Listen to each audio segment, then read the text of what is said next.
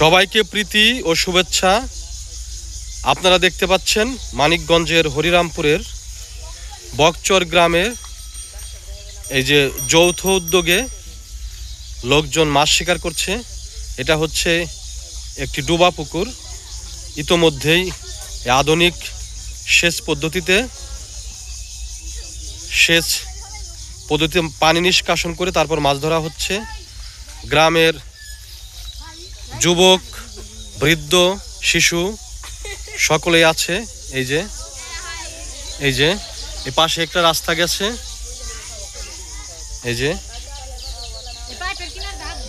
দেখে মানে দুর্দান্ত একটি পরিবেশ।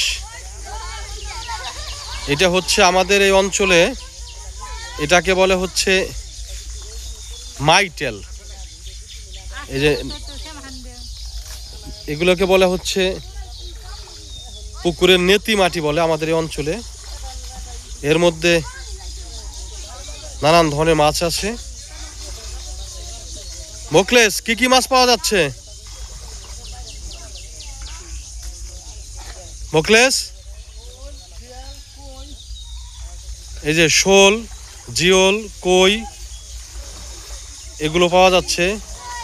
রয়না, ভাইম।